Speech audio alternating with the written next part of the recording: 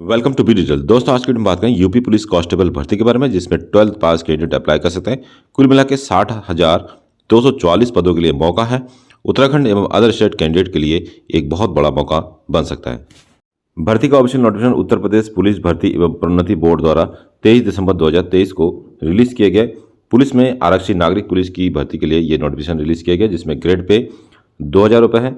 कुल मिला के पद की बात करें तो 60,244 वैकेंसीज है, जिसमें जनरल कैटेगरी में 24,102 वैकेंसीज है, ईडब्ल्यूएस में 6,024, अन्य पिछड़ा वर्ग में 16,264, अनुसूचित जाति में 12,650 और अनुसूचित जनजाति में 1,206 पदों पर ये वैकेंसी निकली है।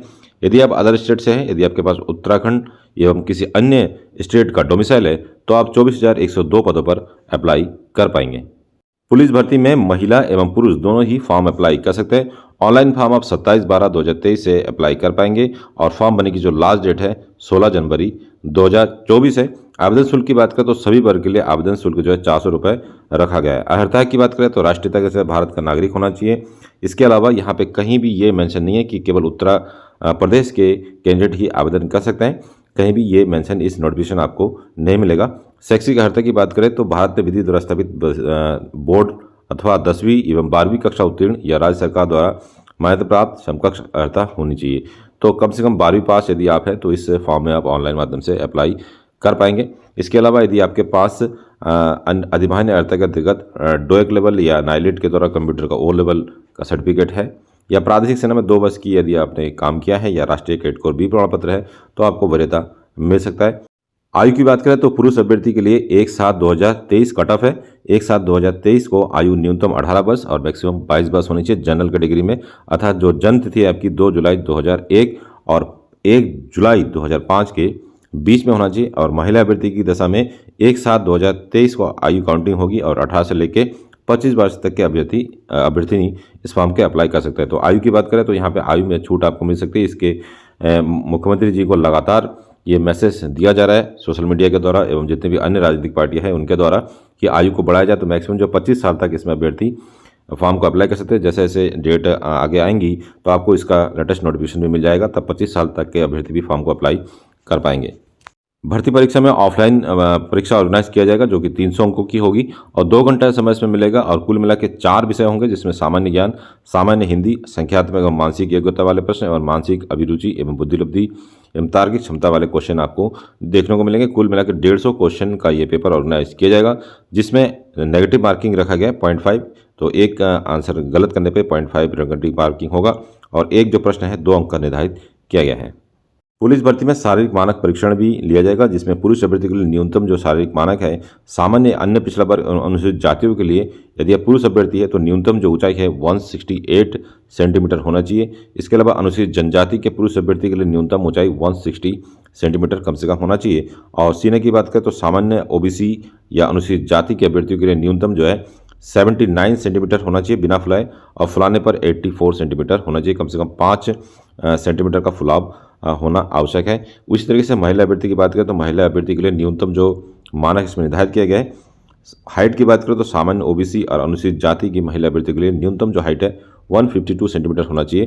अनुसूचित जनजाति एवं अनुसूचित जनजाति की महिला अभ्यर्थी के लिए न्यूनतम जो ऊंचाई है 147 सेंटीमीटर होना चाहिए। और महिला कैटेगरी में जो है महिला अभ्यर्थी के लिए न्यूनतम जो वजन है वो 40 किलोग्राम तक कम से कम होना चाहिए।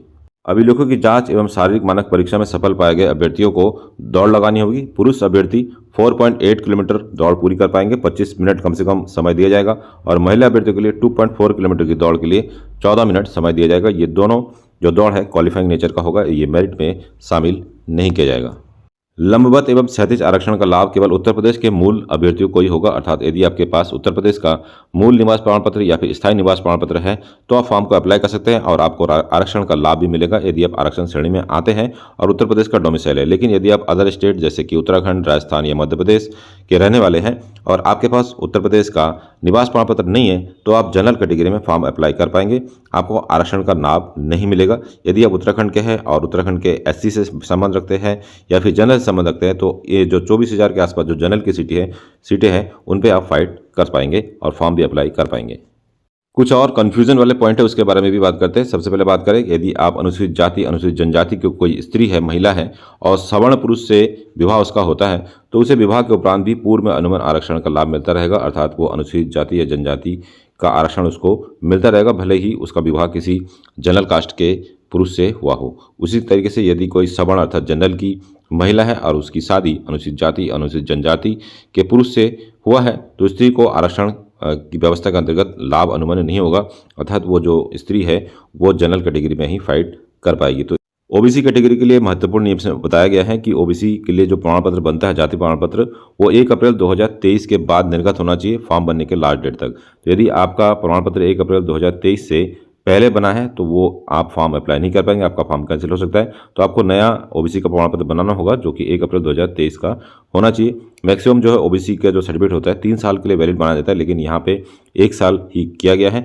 इसके अलावा यदि आप सेंट्रल गवर्नमेंट का आपके पास ओबीसी सर्टिफिकेट है तब भी आपको यूपी गवर्नमेंट से ही जो है ये प्रमाण पत्र ओबीसी वाला बनवाना होगा, तब जाके आपका फॉर्म एक्सेप्ट हो पाएगा। उसी तरीके से महिला अभ्यर्थी द्वारा आरक्षण के दावे हेतु पिता पक्ष से निर्गत जाति प्रमाण पत्र ही मान्य होगा। यदि किसी महिला की शादी हो गई है और वो इस फॉर्म को अप्लाई करना चाहते हैं तो पिता पक्ष और पति पक्ष दोनों में से पिता पक्ष की ओर से जो जाति प्रमाण पत्र निर्गत किए जाते हैं वही जो है मान्य होगा और उसी से आप फॉर्म अप्लाई कर पाएंगे। ऑनलाइन फॉर्म अप्लाई करते वक्त कोई टेक्निकल समस्या यदि आपके सामने आती है तो एक हेल्पलाइन नंबर यहाँ पे जारी कर रखा है, इस हेल्पलाइन नंबर पर आप कॉल कर पाएंगे। लिखित परीक्षा हेतु विस्तृत पाठ्यक्रम जारी कर दिया गया। इसमें सामान्य ज्ञान से कौन कौन से टॉपिक से प्रश्न आएंगे आप इसको राइट डाउन कर सकते हैं। सामान्य हिंदी, इसके अलावा संख्यात्मक और मानसिक योग्यता और संख्यात्मक योग्यता, इसके अलावा मानसिक योग्यता के अलग अलग टॉपिक्स दे रखे हैं तो इसको आप चेकआउट कर सकते हैं। रीजनिंग एबिलिटी के भी अलग अलग टॉपिक्स दे रखे हैं, बुद्धिलब्धि के अलग टॉपिक है, तर्क क्षमता के अलग अलग टॉपिक्स हैं।